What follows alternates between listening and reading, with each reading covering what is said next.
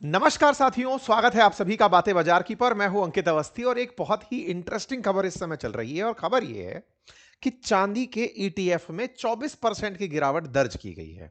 Exchange traded fund 24% गिरा और बाजार में चांदी का भाव 4% गिरा। मैं आगे बढ़ूं इससे पहले ही बता दूं कि अक्सर हमने जब भी ईटीएफ की बातें की हैं तब कहा है अभी ये होता क्या है, कैसे काम करता है, कैसे अंतर है, प्राइसेस में अंतर क्यों आया, ईटीएफ कितने प्रकार के होते हैं, ये सब बातें करेंगे। लेकिन शुरुआत में चूंकि बहुत सारे लोगों को इस मेन कॉज का जानकारी जरूरी है ताकि हम सेशन में आगे बढ़ सकें। कि अक्सर कहा जाता है कि ईटीएफ का मतलब है इतनी ही चांदी कंपनी ने खरीद ली होगी। एक्सचेंज ट्रेडेड फंड की जब बात कर रहे होते हैं कि साहब इतनी चांदी खरीदी होगी, तो चांदी के भाव में 4% गिरावट, यहां 24% गिरावट चल क्या रहा है। आज का जो रूट कॉज है ना, जिसको आंसर करने के लिए आज हम ये सेशन डिस्कस कर रहे हैं कि कहीं कोई घपला तो नहीं हो रहा है, मतलब कहीं कोई फेक चीज तो नहीं हो रही है, हमें आज तक किसी ने ईटीएफ बेवकूफ बनाकर तो नहीं बेच दिया है। आज के सेशन का ये तो थीम है। अब जिन्हें इस थीम को नहीं समझना है, सीधा मुद्दे में घुसना है, उनको हम शुरुआत से लेकर चल रहे हैं न्यूज के साथ। न्यूज आपको याद होगा, आज से 3 दिन पहले मैंने एक न्यूज, 7 दिन पहले न्यूज बताई थी कि चांदी के भाव बढ़ने वाले हैं। हमने जब ये सेशन किया था, इस सेशन के दौरान हमने 3 लाख चांदी पहुंच जाएगी ये कहा था, क्योंकि जिस तरह की चीजें चल रही थी उस समय पर 2 89 के आसपास चांदी थी। और आज जब आप ये सेशन सुन रहे हैं 334 पहुंच चुकी है। तो 3.25 का तो अपन ने इस सेशन में बात कर ली थी और हमने ये कहा था कि बाजार में ऑलरेडी एक्सपेक्टेशन है कि चांदी के भाव बढ़ेंगे और वो अभी भी बढ़ ही रहे हैं। 7 दिन में, पिछले 7 दिन में चांदी के भाव लगातार बढ़ते जा रहे हैं। अपन चर्चा कर रहे थे इस सेशन में, कारण बता रहे थे कि चाइना ने अपनी तरफ से इसके ऊपर एक्सपोर्ट बैन लगा दिया और उसकी वजह से भाव बढ़ते चले जा रहे हैं और उसके चलते धमाधम चांदी की कीमतों में वृद्धि देखी थी आपने और हमने। नवंबर में जहां चांदी 146 के भाव चल रही थी, फिर दिसंबर में 181 के भाव हो गई, फिर हमने देखा कि पहुंचते पहुंचते 289 के भाव पहुंच गई। मुझे याद है ये सेशन की डेट अगर मैं आपको दिखाऊं तो 15 जनवरी को जब मैंने सेशन किया था तब 289 थी। आज 334 है ना। तो मतलब पिछले 15 जनवरी से और आज की जो तारीख है 23 जनवरी, 8 दिन के अंदर चांदी के भाव में 34 और 10 44 45 हजार रुपए की वृद्धि हो गई किलो के हिसाब से। तो बड़ी वृद्धि है ना। उसके बावजूद भी प्राइस में हल्की सी गिरावट आई और ईटीएफ में 24% की गिरावट आई। तो दिमाग में लोगों को यह आया कि एक्सचेंज ट्रेडेड फंड्स में गिरावट आ रही है, कहीं कुछ गड़बड़ तो नहीं होने वाली। हमको पता चले बाद में, बाजार के अंदर पता चले कि बाजार इसलिए गिरा था, एक्सचेंज ट्रेडेड फंड पहले ही गिर गया था, उन तक कोई नई सूचना थी क्या। ये सारी बातें आज आपको हम बताने जा रहे हैं। चांदी ऑलरेडी अपने भाव को 3 लाख को 19 जनवरी को ही क्रॉस कर गई थी। ईटीएफ में गिरावट आई है। अब ये ईटीएफ होते क्या है, पहले इसके बारे में भी बताएं। सूचनाओं को पहले देख लीजिए। हेडलाइंस में ईटीएफ की जानकारी है 24% की, और एमसीएक्स में जो अपना जो कमोडिटी एक्सचेंज है उसके अंदर चांदी की कीमतों में 4% की गिरावट देखी गई। ठीक है। कई प्रकार के जो सिल्वर ईटीएफ हैं, चाहे कई प्रकार से, मतलब मेरा कई कंपनियां जो सिल्वर ईटीएफ लेकर आई हुई हैं, जिनमें निप्पॉन इंडिया है, आईसीआईसीआई प्रूडेंशियल है, कोटक सिल्वर है, इन सब के अंदर 19 से 20% की एक गिरावट दर्ज की गई थी। ये एक एवरेज कंपैरिजन है जिनके अंदर प्राइजेस के अंदर मतलब कीमतों में इतनी गिरावट और फिर इनकी कीमतों में इतनी गिरावट दर्ज की गई। यहां पर अगर आप देखें तो यहां पर गिरावट का चार्ट दिखाया गया है एक्सचेंज ट्रेडेड फंड के अंदर। अब ये होता क्या है, हल्का सा इसको समझ लेते हैं। देखिए, एक्सचेंज ट्रेडेड फंड है, जब नाम ही चल रहा है एक्सचेंज ट्रेडेड, एक्सचेंज कौन सा, Bombay stock exchange, national stock exchange, majorly हम इन्हीं दो में ट्रेड कर रहे होते हैं। एक्सचेंज ट्रेडेड फंड मतलब कोई एक ऐसा फंड है जो एक्सचेंज में ट्रेड किया जा रहा है, मतलब पैसा है और उस पैसे के ऊपर ट्रेडिंग हो रही है, उसके भाव और नीचे ऊपर नीचे चल रहे हैं। जैसे आप जैसे किसी कंपनी के स्टॉक को परचेज करते हैं, स्टॉक की कीमतों में ऊपर नीचे भाव वृद्धि और घटा गिरावट आती है, बिल्कुल वैसे ही ईटीएफ का मतलब है कि आपने किसी कंपनी का, मान लीजिए कि एक बार के लिए अपन ने निपॉन का एडवर्टाइज लिया हुआ है, किसी ने टाटा का, किसी ने आईसीआईसीआई का, किसी का भी कोई लिया हुआ है, एक्स वाई जेड उसकी कीमतें हैं, उसकी कीमतों में वृद्धि या गिरावट दर्ज हो रही है और वो आप बाजार के अंदर देख रहे हो। बाजार में कैसे देख रहे हो, लोग खरीदने आए थे तो फिर आपको वृद्धि दिखी, बेचने आए थे तो गिरावट दिखी। अच्छा, खरीदते बेचते कैसे हैं, खरीदते बेचने के लिए लोगों को डीमैट अकाउंट से, जैसे अपन स्टॉक परचेज करते हैं बिल्कुल वैसे ही ईटीएफ के अंदर ट्रेड करना होता है। अब ये डीमैट अकाउंट क्या होता है, हालांकि इस पर हमने डिटेल जानकारी दी हुई है, लेकिन स्टॉक मार्केट के अंदर अगर आपको स्टॉक परचेज करने हैं, ईटीएफ परचेज करने हैं, तो मैंडेटरी है कि आप डीमैट अकाउंट खरीदें, मतलब डीमैट अकाउंट बनाएं, जो कि फ्री ऑफ कॉस्ट होता है। अगर आप भी बनाना चाहते हैं तो मैंने एक लिंक आपको कमेंट बॉक्स के अंदर पिन करके दिया हुआ है, आप वहां से जाकर बना सकते हैं। उसमें कोई शुल्क नहीं लगता है, फ्री ऑफ कॉस्ट है, सरकार की सुविधा है, मतलब सेबी रजिस्टर्ड चीजें हैं ये, जिसके माध्यम से आप ट्रेड कर पाते हैं। अच्छा, तो जब आप ट्रेड कर रहे हैं तो इनके भाव में गिरावट और वृद्धि कैसे आई, तो आंसर है कि लोगों ने डिमांड कम शो की होगी तो गिरावट आ गई। तो डिमांड कम शो की होगी तो बाजार में तो कम शो नहीं हो रही, यहां कम क्यों शो हो रही है? चांदी की कीमत बाजार में तो 4% गिर रही है, यहां 24% क्यों गिर रही है? तो बस आज के सेशन में हम इसको पूरा अच्छे से समझने का प्रयास करेंगे। पहले ईटीएफ में और अंदर तक घुस के ये समझते हैं कि अल्टीमेटली जो फंड है वो उस फंड से होता क्या है। जैसे कंपनी के जब स्टॉक्स होते हैं तो कंपनी के स्टॉक का मतलब है कि उतनी आपके पास कंपनी की हिस्सेदारी है। शेयर का मतलब क्या है? हिस्सेदारी। चाहे लाखवां हिस्सा हो आपके पास कंपनी का, चाहे करोड़वां हिस्सा हो, लेकिन हिस्सा तो है ना। ईटीएफ में जो फंड लगाया इसके बदले में आपको क्या मिला? ईटीएफ में जो पैसा लगाया इसके बदले में क्या मिला? तो आंसर है जिस तरह का ईटीएफ आपने लिया है वो मिला। अगर आपने कमोडिटी ईटीएफ लिया है, मान लीजिए कि आपने इसके बदले में सोना चांदी कुछ भी ऐसा ईटीएफ खरीदा है, तो जितना ईटीएफ यानी जो फंड आपने सोना चांदी के लिए लिया है वो फंड हाउस उतनी ही चांदी खरीद के रख लेगा। समझ में आया? आपने जितना पैसा मान लीजिए गोल्ड ईटीएफ में लगाया, तो जितना पैसा आपने लगाया है उतने का जो हाउस है यानी कि जिसका जो फंड है एएमसी है, वो उतने की चांदी या सोना खरीद के रख लेगा। ये तरीका होता है, यानी कि फंड केवल हवा में नहीं है, ये डब्बाबाजी नहीं चल रही है, बदले में इसके वस्तुएं खरीदी जा रही हैं, गुड्स खरीद के रखे जा रहे हैं। जैसे कंपनी के अंदर आप जब शेयर खरीदते हो तो शेयर के अंदर कंपनी की हिस्सेदारी मिलती है ना, बिल्कुल वैसे ही जब ईटीएफ में आप पैसा लगाते हैं तो आपको उसके बदले का आपके बिहाफ पर कंपनी ने सोना अथवा चांदी खरीद कर रख लिया होता है। ठीक है, तो ईटीएफ को और डिटेल में अगर जानना है, म्यूचुअल फंड्स को समझना है, ये एक म्यूचुअल फंड के अंदर आजकल यूज किया जाने वाला विधान है, तो हमने डिटेल में कंप्लीट जानकारी इसकी दी हुई है बातें बाजार की एप्लीकेशन पर। मतलब बहुत ही अच्छा म्यूचुअल फंड से लेकर कैसे आप सेलेक्ट करें, कैसे आपके लिए कौन सा म्यूचुअल फंड सही होगा, हमने डिटेल जानकारी दी है। आप जाकर के कोर्स चाहें तो देख सकते हैं, बहुत ही बेहतरीन कोर्स है, बहुत ही नॉमिनल समय आप खत्म कर लेंगे, बातें बाजार की एप्लीकेशन पर उपलब्ध है। अच्छा, तो उसका लिंक भी हमने कमेंट बॉक्स में दिया हुआ है। सिल्वर ईटीएफ के अंदर क्या होता है कि जो पैसा आपने इकट्ठा करके दिया उससे किसी ने सिल्वर खरीद लिया, यही तो हुआ। खरीदने के लिए आप डीमैट अकाउंट बना सकते हैं, मैंने आपको उसका भी लिंक दे दिया है कमेंट बॉक्स के अंदर।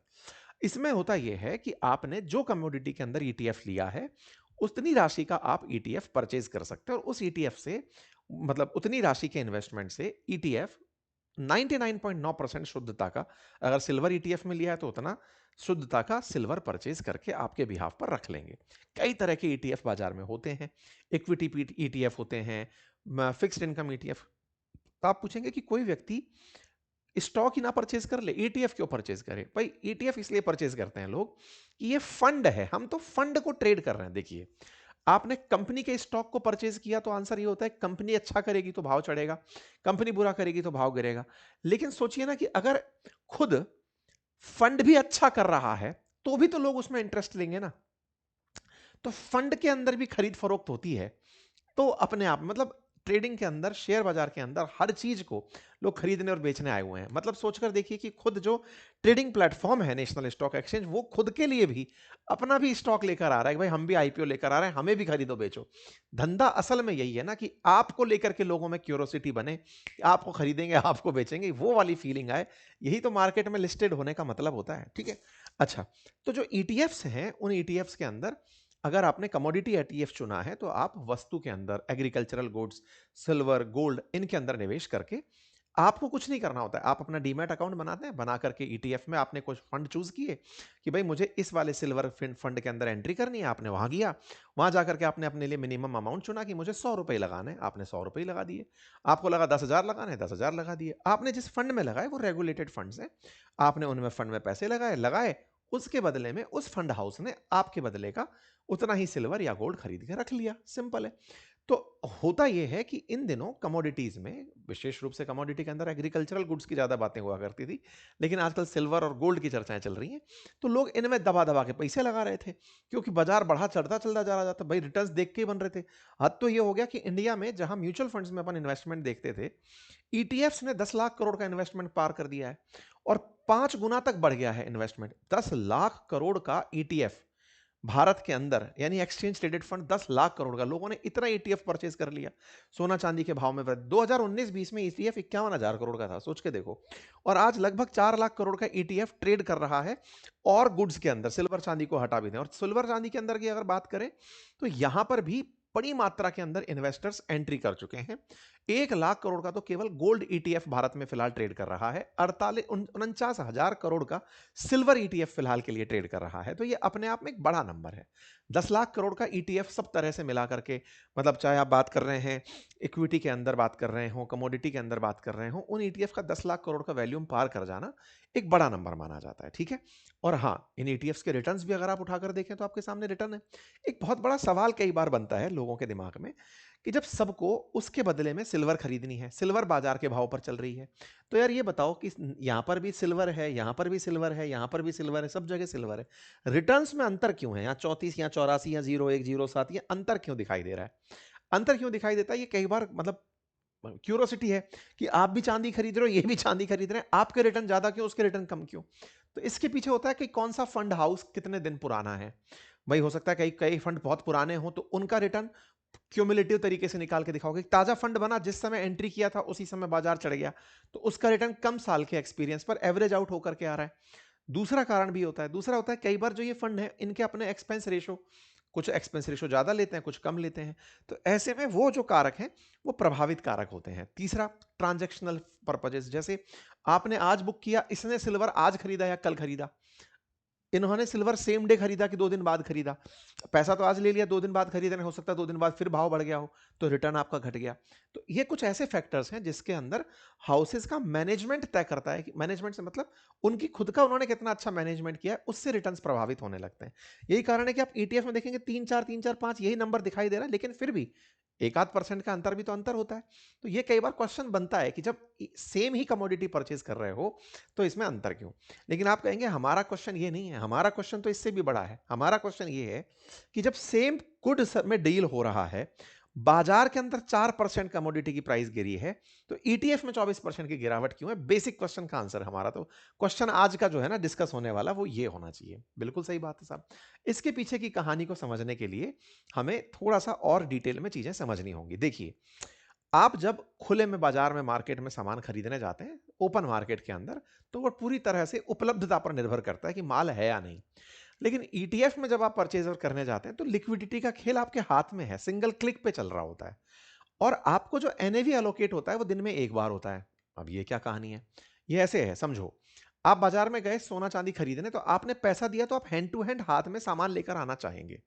लेकिन सुबह 9:30 बजे मान लीजिए आप बाजार में एंट्री किए स्टॉक मार्केट में, 9:30 बजे आपने ऑर्डर बुक कर दिया आपकी, भाई मेरे को ये ईटीएफ परचेज करना है, आपने कर दिया। आपको तुरंत चांदी थोड़ी अलोकेट हो गई कि लो भाई चांदी ले जाओ, वो तो आपका फंड है। लेकिन उस फंड में लोगों का इंटरेस्ट देखकर कुछ और भी इन्वेस्टर एंट्री कर गए कि यार ये फंड बढ़िया कर रहा है, हम भी चल इसमें पैसे लगा देते हैं। उनने भी पैसे लगा दिए, फिर कुछ और ने भी पैसे लगा दिए। तो स्पेक्यूलेशंस जो है ना वो उसको ऊपर चढ़ाती चली जा रही हैं कि यार ये अच्छा दे रहा है, अच्छा रिटर्न दे रहा है।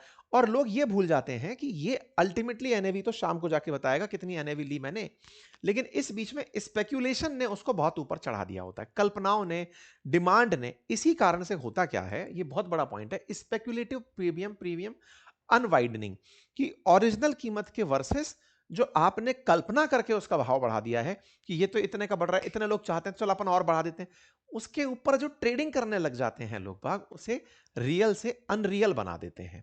और जब उसका ट्रेड उसको अनरियल बनाने निकलता है तो मार्केट करेक्शन की तरफ दौड़ता है। आप सोचकर आश्चर्य करेंगे, बाजार के अंदर अगर 1 आउंस यानी 28 ग्राम चांदी का भाव 90 से $93 के आसपास चल रहा है, तो इंडिया में स्पेकुलेटिव प्राइसिंग से उसको $160 तक पहुंचाया हुआ है। मतलब इंडिया में माहौल बना बना करके चांदी का भाव $14 तक ऊपर चढ़ाया हुआ है। क्या कहिएगा इसे? मतलब हम लोग बस ये बढ़िया है तो बढ़िया है तो चलो इसके पीछे दौड़ जाते हैं। तो ये जो बाजार के अंदर बाजार से प्राइजेस का लगभग $13 का जो अंतर है ना, इस अंतर ने बाजार को वापस से रीएडजस्ट किया है ईटीएफ में कि सुनो ये जो तुमने माहौल चढ़ा रखा है ना इसको पहले नीचे लेकर आओ। दूसरा मतलब ये स्पेकुलेटिव प्रीमियम हटाओ।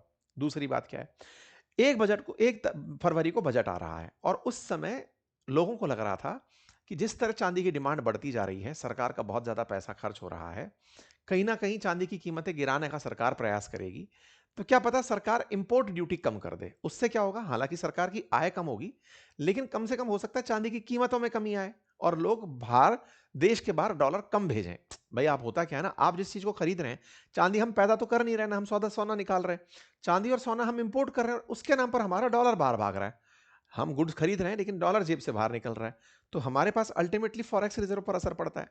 तो ऐसे में इंपोर्ट ड्यूटी घटाने की कवायद चल रही थी, मतलब थॉट चल रही थी कि सरकार ऐसा कर सकती है, इंपोर्ट ड्यूटी कम कर सकती है।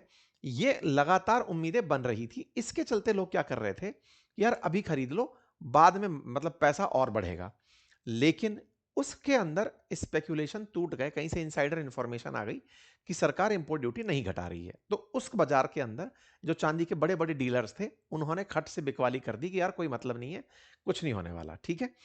और ये जो लेवरेज के कारण, मतलब फिर वही वाली बात, जब बाजार गिर रहा होता है ना, तो फिर वो लोग जो इनको लगता है कि यार ऑलरेडी भाव हमने, चांदी का बाजार नहीं गिरा है, स्पेक्युलेटिव प्रेम्पटिव जो प्राइस चला गया था ना ऊपर आसमान में, कि जो 93 का भाव है उसको 104 पहुंचा दिया है, वो जो अंतर कर दिया था वो धड़ाम से नीचे आया है, ठीक है। उसका परिणाम निकल कर यहां आ रहा है।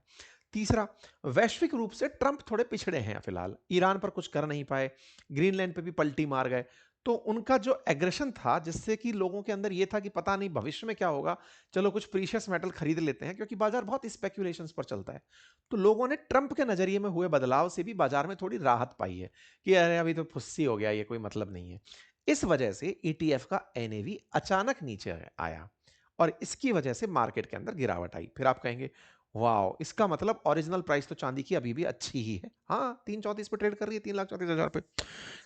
तो फिर तो फिर भाई साहब, आज जब ट्रेड शुरू हुआ तो लोगों ने फिर से इंटरेस्ट शो किया, और आज ही आज में बाजार 10% इंक्रीज हुआ। तो मतलब ये हुआ कि वो डिप लेके करेक्शन पर आया था चांदी का बाजार, ठीक है। तो ऐसे में मार्केट के अंदर जो चांदी का भाव है, उसमें वापस से 3,34,000 आज का भाव है ये, और यहां पर आज बुलियन के अंदर चांदी का भाव चल रहा है, ठीक है। अब सवाल बनता है, 24% गिरा बाजार, 4% गिरा था, अंतर समझ में आ गया कि स्पेकुलेशन था, फिर से 10% चढ़ गया, अभी भी 6% का मार्जिन है, क्या और उपलब्धि मिल सकती है। देखो, थॉट तो आपकी सही जगह जा रही है, पर मैं आपको फिलहाल ये एडवाइस दे नहीं सकता, मर्जी आपकी, आपका रिसर्च है, मैंने आपको जानकारी दे दी है, ठीक है। रिसर्च के समय जो और रिसर्च करने वाले लोग हैं, काफी सारे ग्रुप्स हैं, ब्रोकिंग साइट्स हैं, उनका मानना है कि आप डिप पर परचेज करें। मतलब जब आपको दिख रहा है कि बाजार गिरा हुआ है, उधर बाजार दिख रहा है उठा हुआ है, तो ऑटोमेटिक वो तो वापस जाएगा। तो इस वजह से यहां पर फिलहाल के लिए चर्चाएं बनी हुई हैं।